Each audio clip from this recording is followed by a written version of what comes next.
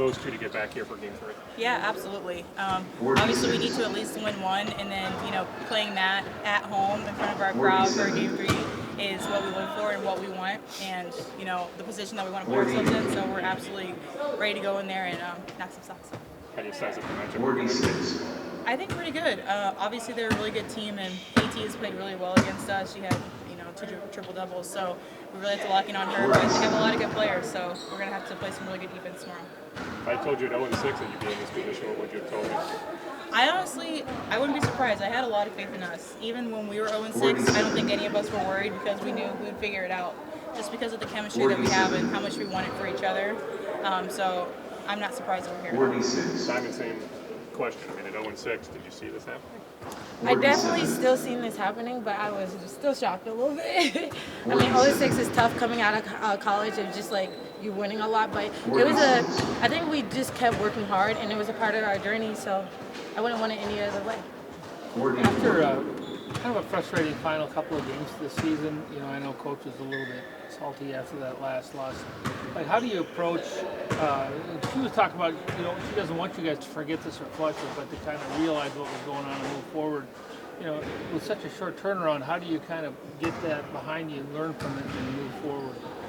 I think just realizing what we did wrong and the reason that we were in that position, which we worked on today in practice. A lot of it was obviously, our defense throughout the game, but our offense at the end too. We had turnovers and silly mistakes like that. So just focusing in on locking in what we're doing as a scheme, as a team, and executing on offense, and that's what we worked on today.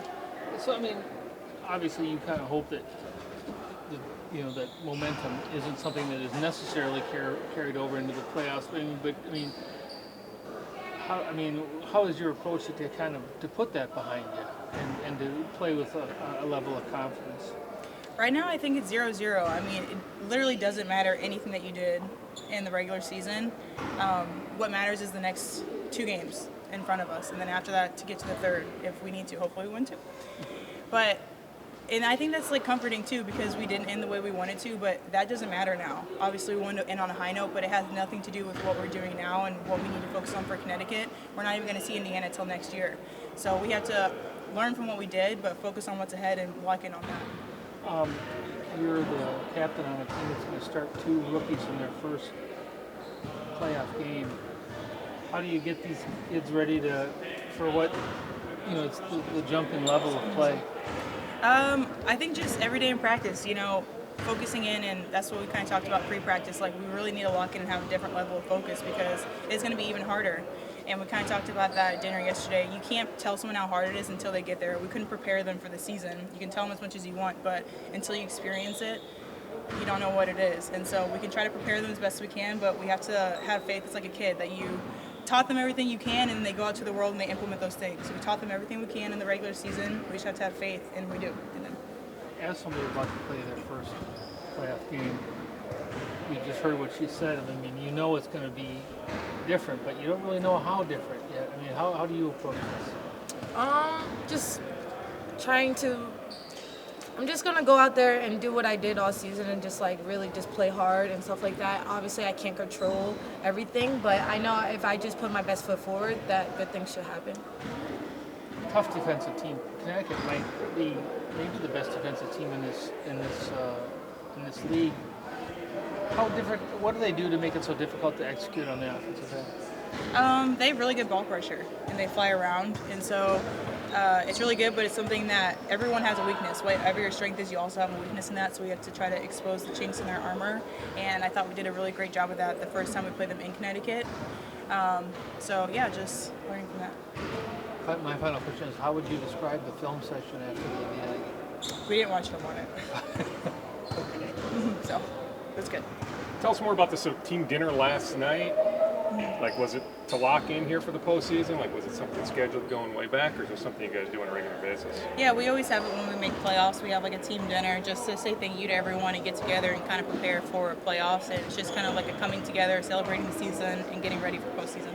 Is that something you take leadership on? I mean, as a captain, is that something that you organized? Or no, the coach. That happened way before I got here. Yeah. Devin, how impressive has Napheesa's run been this year to you? She's amazing. I mean, I really think, AP's second team, and I think she should have been first because she works extremely hard, and you would not have known she didn't play last season. That's how much she bounced back so quickly, and I just feel like she just got the dog in her, and I'm excited to see what she does in playoffs. Napheesa, how much have you impressed yourself? I mean, I'm trying to like summarize you missing most of last year. I mean, giving birth 15 months ago and now playing at this level. Yeah, I mean, I just worked my butt off, honestly. It was a really hard process coming back. It was way harder than I ever expected or thought it would be. But, thankfully I have great trainers and people around me, support, family, and all that really helped me be able to lock in. So yeah, I think it's just a different level of focus too, because when you're in the gym, you only have X amount of hours in the day to work out anymore, so you're just really focused when you're there. But yeah, also to my team, I mean, they're so awesome, so supportive.